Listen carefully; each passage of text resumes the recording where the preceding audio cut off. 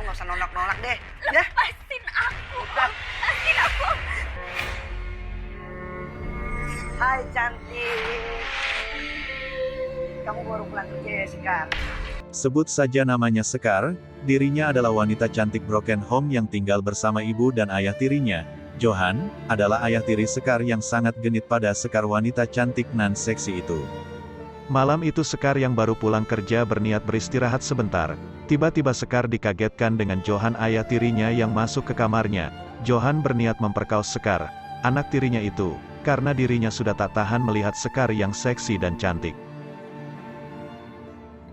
Johan yang tak tahan langsung nyosor ke arah bibir Sekar, dan memasukkan tangannya ke dalam buah dada Sekar yang kenyal dan wangi itu. Namun, Sekar tak menyerah. Dirinya tetap melawan agar tak dinodai oleh Johan ayah tirinya itu. Tiba-tiba, datanglah ibu Sekar, yang memergoki kejadian itu, dan Sekar pun selamat dari genggaman Johan yang genit itu. Bukannya membela Sekar, ibunya, malah menuduh Sekar menggoda suaminya yang genit, dan botak itu. Sekar semakin terpojok, dirinya yang tak tahan, langsung pergi meninggalkan rumah, yang membuat dirinya selalu terancam itu. Sekar pergi menemui Andin sahabatnya, dan juga rekan kerja pacarnya. Sekar meminta perlindungan pada Andin dan menceritakan apa yang dialaminya barusan. Sekar berharap Andin berkenan menerima Sekar menginap di rumahnya untuk sementara waktu. Setelah mendengar cerita Sekar, Andin merasa sangat kasihan. Andin pun menceritakan semuanya kepada Yanto ayahnya. Yanto yang merasa kasihan pun menyetujui Sekar untuk sementara waktu tinggal di rumah mereka. Ayo kita pulang. Ayo kita pulang. Nggak, lepasin aku. Aku nggak mau pulang. Kamu nggak kasihan apa? Mama kamu di rumah? Hah? Lagian kamu nggak ada di rumah. Saya kesepian tahu nggak? Sekar. Tak lama setelah itu datanglah Johan ayah tiri Sekar. Johan mendatangi Sekar ke rumah Andin, dan berniat membawa paksa Sekar untuk pulang. Sekar hanya bisa merintih, menangis dan sesekali melawan, berharap Andin dan Yanto membantu dirinya untuk lepas dari Johan ayah tirinya yang bejat itu. Tak lama setelah itu, datanglah Yanto yang mengusir Johan ayah tiri Sekar yang bejat itu.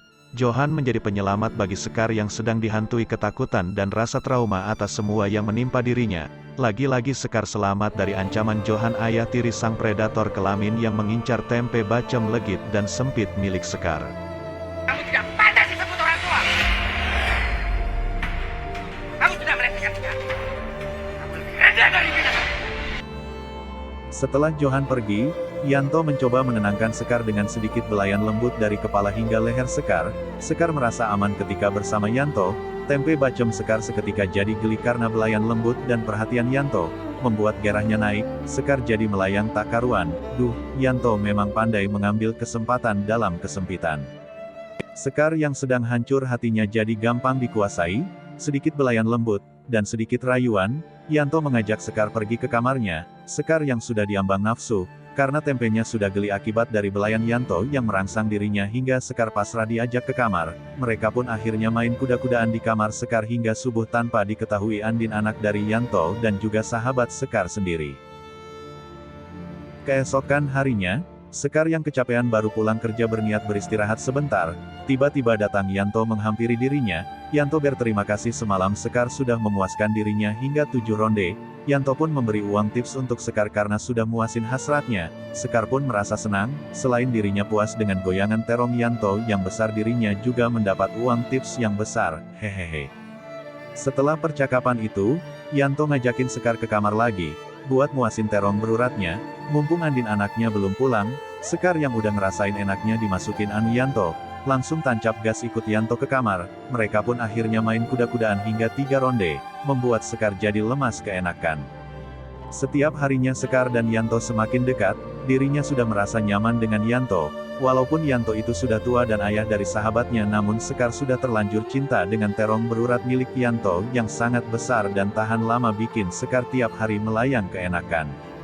Sore itu sewaktu Andin tak di rumah lagi-lagi Sekar digenjot oleh Yanto, karena Yanto benar-benar tak tahan melihat tubuh Sekar yang mulus dan seksi. Sekar dibuat menangis oleh terong Yanto yang kebesaran karena membuat tempe sempitnya sangat perih dan kesakitan. Lalu Yanto memeluk dan menenangkan Sekar supaya Sekar gak kapok dimasukin terong berurat miliknya.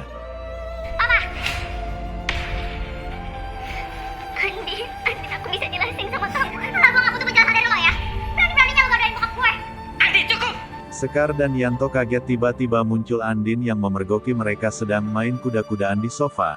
Andin yang melihat semua itu merasa sangat marah karena Sekar berani-beraninya main serong dengan ayah sahabatnya sendiri.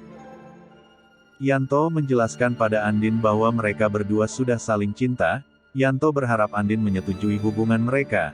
Namun Andin tak ikhlas ayahnya menikah dengan sahabatnya sendiri. Lalu Andin pergi ke kamar membereskan pakaian Sekar ke koper lalu mengusir Sekar dari rumahnya. Sekar yang merasa bersalah karena kehadirannya lah yang membuat keluarga Andin jadi berantakan. Akhirnya Sekar pun pergi meninggalkan rumah itu dan meninggalkan Yanto untuk selamanya. Ternyata Sekar mengakhiri hidupnya dengan terjun ke jurang karena dirinya merasa sudah tak pantas lagi hidup di dunia ini.